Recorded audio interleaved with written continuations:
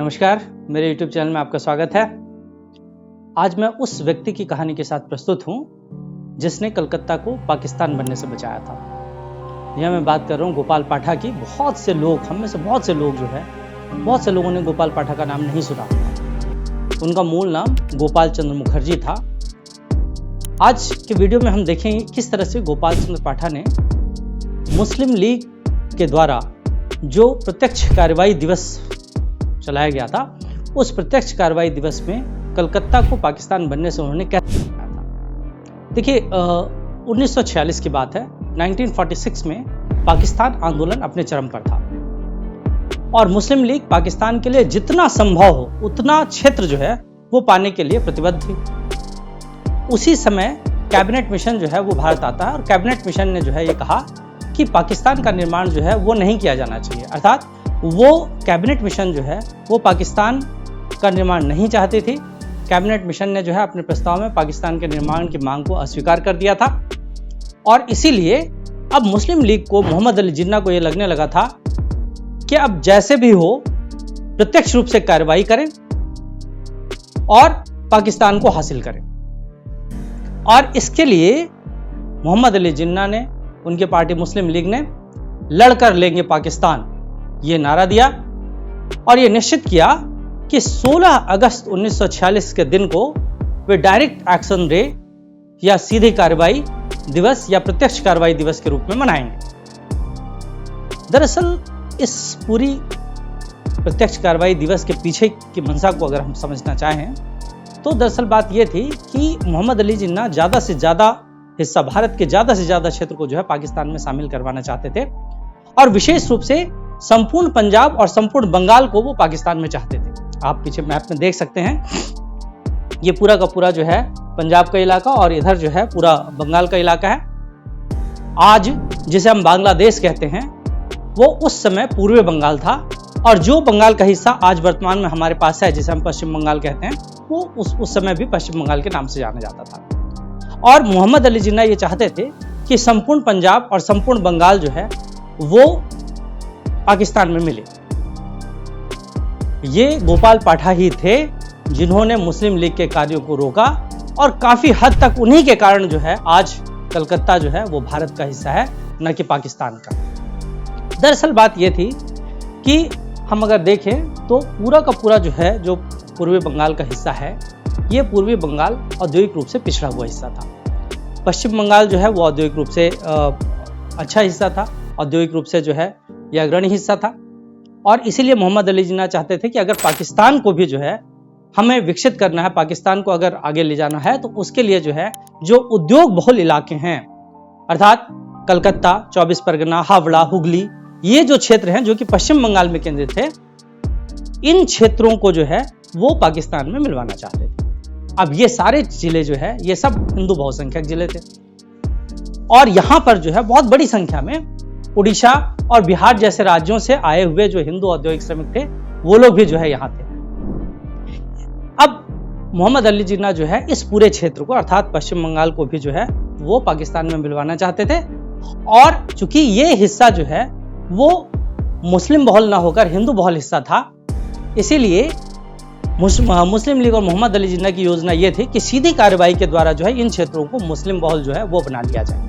अर्थात यहाँ के हिंदुओं को मार काट कर, यहाँ के हिंदुओं को भगाकर और इस पूरे क्षेत्र को जो है मुस्लिम बहुल बना लिया जाए और तब जब जो है पाकिस्तान के निर्माण की बात होगी तब वो जो है ये तथ्य रख सकेंगे कि देखिए साहब, ये पश्चिम बंगाल जो है ये भी क्या है, तो ये मुस्लिम बहुल इलाका है, इसलिए इसको जो है पाकिस्तान में मिला लिया जाना चाहिए। अब उस समय की राजनीतिक परिस्थितियों को अगर हम देखें तो 1946 में, 1946 में प्रांतीय विधानसभा के चुनाव हुए थे। मुस्लिम लीग ने 119 मुस्लिम सीटों में से 95% सीटें यानी 113 सीटें जो है वो जीतकर बंगाल में जो है सबसे बड़ी पार्टी बनकर उभरी और बंगाल में जो है उनकी सरकार बनी। उनके नेता हुसैन शहीद सुहरावर्दी बंगाल के प्रधानमंत्री बने और एक प्रधानमंत्री के रूप में जो है बंगाल के पूरी पुलिस पर जो है वो सुहरावर्दी का नियंत्रण था, जैसा कि 1935 के भारत शासन अधिनियम में प्रावधान थे। अब चूंकि मुस्लिम लीग ने जो है, मुस्लिम लीग के पास यही बंगाल जो है यहीं पर उनका शासन था, इसीलिए सीधी कार्रवाई दिवस जो 16 अगस्त 1946 को घोषित की गई थी वो यहीं से शुरुआत करने की जो है बात की गई। कहा यह गया कि चूंकि जो है बंगाल में ही मुस्लिम लीग का शासन है, इसलिए बंगाल से ही जो है वो अपनी शक्ति दिखा सकते हैं, इसीलिए यहीं से जो है इस कार्यक्रम की शुरुआत की जाए। उस दिन जो है सोहरावर्दी ने 16 अगस्त को जो है सार्वजनिक अवकाश घोषित कर दिया। हड़ताल जो है वो किया गया। हिंदुओं को ये बात पसंद नहीं आई। हिंदुओं को इसलिए ये बात पसंद नहीं आई कि वो मुस्लिम लीग के समर्थन में अपनी दुकानें बंद क्यों करें, लेकिन चूंकि जो है घोषणा की गई थी, इसलिए जो है मजबूरी में उनको जो है वह उनको दुकानें बंद करनी पड़ी। अब मुस्लिम लीग जो है धर्म के नाम पर जो है भावनाओं को भड़का रही है। और मुस्लिम लीग जो है उनका एक मुखपत्र था जिसे द स्टार ऑफ इंडिया के नाम से जाना जाता था। 13 अगस्त 1946 के अंक में जो है उन्होंने प्रकाशित किया था कि अब आज स्थिति यह है कि हमें हिंदुओं के विरुद्ध लड़ना पड़ेगा और हम लड़कर ही जो है वो अपने लिए पाकिस्तान हासिल कर सकते हैं। उन्होंने इसके लिए जो है ये कहा कि वर्तमान में जो है रमजान का ही महीना चल रहा था और जो बद्र की लड़ाई हुई थी वो रमजान के महीने में ही लड़ाई हुई थी, और इस तरह से जो है उन्होंने धर्म के नाम पर भावनाओं को भड़काने का कार्य किया, मुस्लिमों को जो है भड़काने का काम किया। और प्रत्यक्ष कार्रवाई दिवस जो है वो स्टार्ट हुआ। प्रत्यक्ष कार्रवाई दिवस जो है वो 16 अगस्त 1946 को जो है प्रत्यक्ष कार्रवाई दिवस होता है। और इस प्रत्यक्ष कार्रवाई दिवस के दिन सोहरावर्दी के साथ साथ तमाम जो मौलवी थे वो कहाँ इकट्ठे होते हैं, तो वहाँ पर जो है जो उनका मस्जिद थी उस मस्जिद में इकट्ठे होते हैं। जुमे की नमाज होती है। जुमे की नमाज के बाद फिर जो है वो पूरे के पूरे जो है कार्य योजना को लोगों को समझाते हैं। ये निश्चित किया गया कि 16 अगस्त को जैसे ही जो है जुमे की नमाज खत्म हो, वहां से जो है वो पूरी तरह से जो है वो दंगे प्रारंभ कर दिया जाए, अर्थात हिंदुओं को जो है मारना प्रारंभ कर दिया जाए। और इसीलिए मस्जिदों में जो है तमाम तरह के तमाम मस्जिदों में मौलवियों के द्वारा कई उग्र भाषण दिए गए और मुसलमानों को जो है दंगे के लिए प्रेरित किया गया। जैसे ही जो है बैठक खत्म होती है, अर्थात जुमे की नमाज खत्म होती है, वहाँ से जो है दंगे जो है प्रारंभ होते हैं। बैठक से जो मुसलमान जो है लौट रहे होते हैं, वो लोग जब देखते हैं कि कुछ हिंदुओं ने जो है दुकानों को खुला रखा हुआ है, तो वो जो है उन हिंदुओं की दुकानों को जला देते हैं, उन दुकान के मालिकों की हत्या कर देते हैं, उनकी संपत्तियों को जो है नष्ट कर देते हैं। और यहाँ से जो है कलकत्ता में एक आतंक राज जो है वो शुरू हो जाता है। सबसे खतरनाक जो हत्याएं हुई वो 17 अगस्त को हुई थी। हम इस वीडियो में जो भी चित्र दिखा रहे हैं, आपको इन चित्रों को देखकर अंदाजा लगेगा कि किस तरह का आतंक का राज जो है उस समय मुस्लिम लीग के द्वारा पूरे पश्चिम बंगाल में जो है फैलाया गया था। सबसे ज्यादा जो है हत्याएं जो है नोआखली में हुई थी। 17 अगस्त के दिन जो है सबसे ज्यादा हत्याएं हुई थी।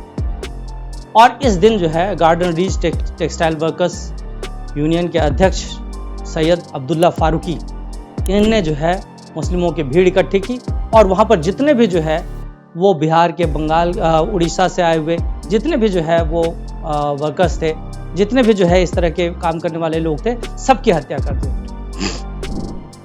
और चूंकि जो है सोहरावर्दी की सरकार थी, मुस्लिम लीग की सरकार थी, इसीलिए पुलिस भी जो है वो कुछ कर नहीं पा रही थी। सोहरावर्दी ने जो है अपने भाषण में कह दिया था कि मैं आपको 3 दिन का समय देता हूं, 3 दिन में जो है आप पश्चिम बंगाल को मुस्लिम बहुल जो है बना दें। और इसीलिए कर्फ्यू का आदेश होने के बावजूद पुलिस ने जो है मुस्लिम दंगाइयों को बिल्कुल नहीं रोका। और इस दिन जो है 17 अगस्त के दिन बहुत बड़ी मात्रा में, बहुत बड़ी संख्या में जो हिंदुओं का पलायन हुआ। कई दिनों तक जो है उस समय हावड़ा ब्रिज पर जो है जो लोग वहां से जो है पलायन कर रहे थे, वो लोग जो है हावड़ा ब्रिज पर जो है आकर रुक गए। और कई लोग जो नाव से जो है हुगली नदी को जो है पार करने की कोशिश कर रहे थे। मुस्लिमों ने जो है उनके नावों को भी जो है वो दूसरी नावों से टकरा कर जो है उनको डुबो दिया।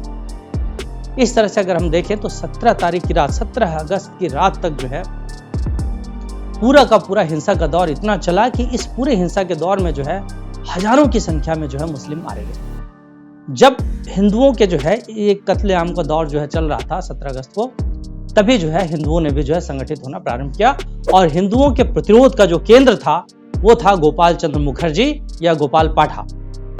देखिए, गोपाल पाठा इनका नाम क्यों था, ये भी मैं बता दूं, पाठा दरअसल जो है पाठा गोपाल जो थे, गोपाल चंद्र मुखर्जी, इनका परिवार कलकत्ता में ही जो है मीट की दुकान चलाता था और इसीलिए संभवतः जो उनको पाठा कहा जाता है। बेसिकली जो है क्या था, बंगाल में जो है पाठा का बकरी होता है ना, तो बकरी को काटने का काम और मीट बेचने का काम चूंकि वो करते थे, इसीलिए जो है उनका नाम गोपाल पाठा पड़ गया था।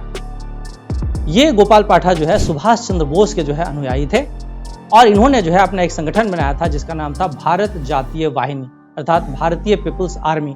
भारतीय जातीय वाहिनी या भारतीय पीपुल्स पार्टी के नाम से इन्होंने एक संगठन की स्थापना की थी, जिसमें लगभग 500 से 800 की संख्या में जो है लोग थे।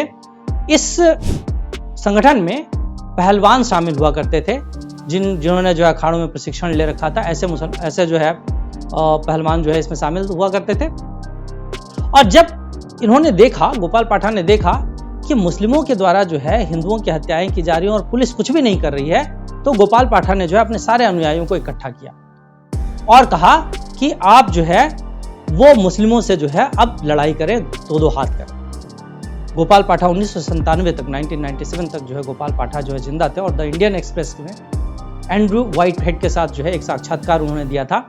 एक इंटरव्यू में उन्होंने कहा था कि ये समय जो है देश के लिए इतना महत्वपूर्ण समय था कि उस समय हमने सोचा कि अगर हमने अभी कुछ नहीं किया तो पूरा का पूरा क्षेत्र पाकिस्तान बन जाएगा, और अगर ये क्षेत्र भी जो है पाकिस्तान बन जाएगा तो हिंदुओं के साथ किस तरह का अत्याचार और किस तरह का दमन हिंदुओं का होगा, ये हम सोच भी नहीं पाएंगे। और इसीलिए जो है वो कहते हैं कि इसीलिए मैंने जो है अपने लड़कों को बुलाया और मैंने उनको आदेश दिया कि एक हिंदू के बदले 10 मुस्लिम मारें। इस तरह का आदेश जो है उन्होंने दिया, ये उन्होंने अपने इंटरव्यू में बताया। और इसके लिए जो उनके पास हथियार कहां से आए, तो द्वितीय विश्व युद्ध के समय जो है कलकत्ता में जो भी अमेरिकी सैनिक वगैरह तैनात थे, उनके पास से जो है उन्होंने पिस्तौल, कारतूस, हथगोले, ये सब चीजें खरीदी थी। साथ ही साथ जो 1942 में भारत छोड़ो आंदोलन के दौरान जो है जो हथियार खरीदे गए थे, उनका उपयोग भी किया गया। बड़ा बाजार के जो है जितने भी मारवाड़ी व्यापारी वगैरह थे, उन लोगों ने भी जो है बहुत मदद की, उन्होंने आर्थिक मदद की और उनकी मदद से हिंदू लोहारों ने भारी मात्रा में जो है तलवारें, चाकू, भाला, ये सब चीज़ें जो है बनाया। और फिर वहाँ से जो है मुस्लिमों के साथ जो है उनकी लड़ाई शुरू हुई, दंगे शुरू हुए और 18 अगस्त को जो है ये जवाबी कार्रवाई शुरू होती है। चूंकि ये जवाबी कार्रवाई जो है वो हिंदुओं की तरफ से अब शुरू हो चुकी थी और मुस्लिम भी जो है एक तरफ से आक्रमण कर रहे थे, तो मामला जो है हिंदू वर्सेस मुस्लिम पूरी तरह से हो गया था और बहुत बड़ी मात्रा में जो है वो हिंदू और मुस्लिम अब दोनों ही मारे जा रहे थे। मुस्लिम लीग की एक संस्था थी जिसका नाम था मिलिशिया मुस्लिम नेशनल गार्ड। ये मुस्लिम नेशनल गार्ड के सदस्य जो है काफी बड़ी संख्या में जो है मारे गए। गोपाल पाठा ने अपने सारे लोगों को कहा कि आप चुन चुन कर उन सारे मुस्लिमों का चुनाव आप करें जो सारे मुस्लिम जो है दंगे में शामिल हैं, और उन्होंने जो है दंगों में शामिल तमाम तरह के जो है तमाम मुस्लिमों को जो है चुन चुनकर जो है उन्होंने मारना शुरू किया।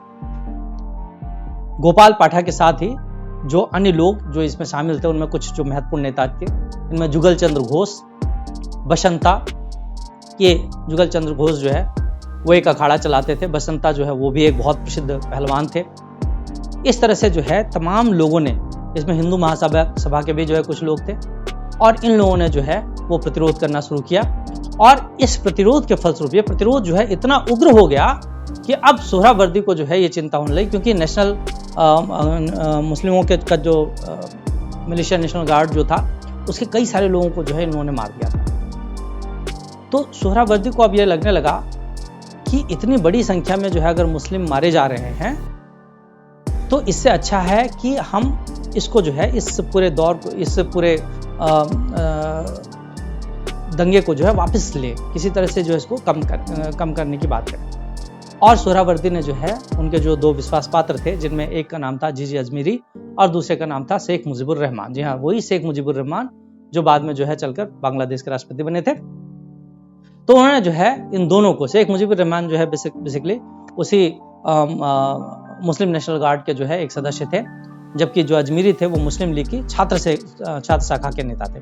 और ये इन्होंने क्या किया कि अजमीरी और मुजीबुर रहमान को जो है गोपाल पाठा के पास भेजा और कहा कि भाई गोपाल पाठा को आप बुला कर लाओ, सोहरावर्दी जो है गोपाल पाठक के पास, गोपाल पाठक जो है सोहरावर्दी से मिलते हैं और सोहरावर्दी कहते हैं कि भाई आप जो है वो इस तरह के जो हत्याएं हो रही हैं इसको आप बंद कर दें। गोपाल पाठक ने कहा कि ठीक है हम बंद कर देंगे, लेकिन सबसे पहले जो है आपको इस शर्त का पालन करना पड़ेगा कि आप जो है पहले हिंदुओं पर हमले को रोकेंगे।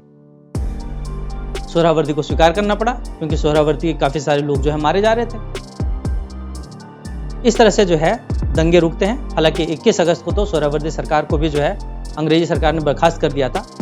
ब्रिटिश सेना ने दंगे प्रभावित क्षेत्रों को शांत कराया, लेकिन इसके बावजूद जो है विभाजन तक, यही जो हिंदू मुस्लिम दंगे यहां से शुरू हुए थे, विभाजन तक ये दंगे जारी रहे। और मैंने अपने एक वीडियो में कहा भी था कि 15 अगस्त 1947 को देश आजाद हो गया, लेकिन यह आजादी किन लोगों के लिए थी? यह आजादी केवल उन लोगों के लिए थी जो लोग अपने घरों में रह पाए। जो हिंदू पाकिस्तान से भारत आए और जो मुस्लिम भारत से पाकिस्तान गए, उनके लिए आजादी का कोई मतलब नहीं था। उनका घर छिन गया, उनका परिवार छिन गया, उनके नाते रिश्तेदार छिन गए।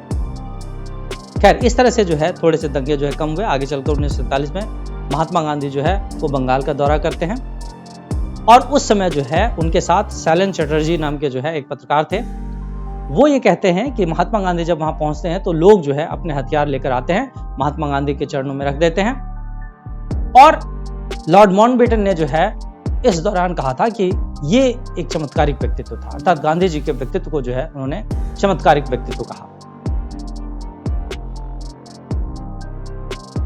गोपाल पाठक एंड्रू व्हाइटहेड से कहते हैं, द इंडियन एक्सप्रेस में जो उन्होंने इंटरव्यू दिया था उसमें वो कहते हैं कि गांधी जी ने मुझे भी बुलाया और गांधी जी के सचिव ने विशेष रूप से जो है मुझसे वार्तालाप करके मुझसे कहा था कि आप जो है आप भी अपने हथियार जो है वो गांधी जी के चरणों में डाल दें।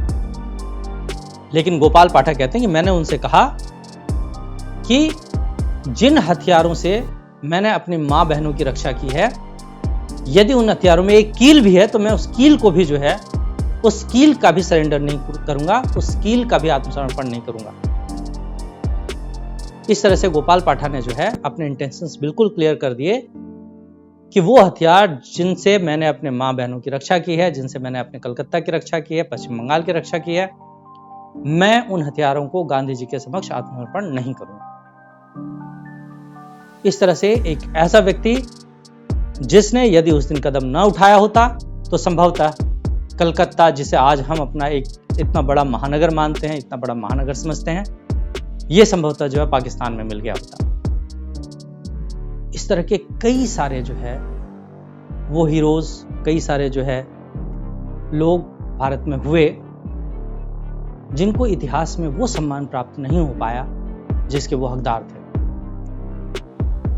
मैं कोशिश कर रहा हूं कि उन सारे लोगों के बारे में जो है आपको बता पाऊं, ताकि आगे आने वाली पीढ़ी भी जो है वो इन लोगों के बारे में जान पाए, वे भी सम्मान पाने के हकदार हैं, उनकी जानकारी भी हमें होनी चाहिए। तो आज के लिए इस कहानी में बस इतना ही। इसी तरह की जितने भी जो है हमारे एक तरह से जो फॉरगॉटन हीरोज हैं, जिन्हें भुला दिया गया, उनकी कहानियां देखने के लिए, उनकी कहानियां सुनने के लिए आप मेरे YouTube चैनल को जरूर सब्सक्राइब करें। थैंक यू, धन्यवाद।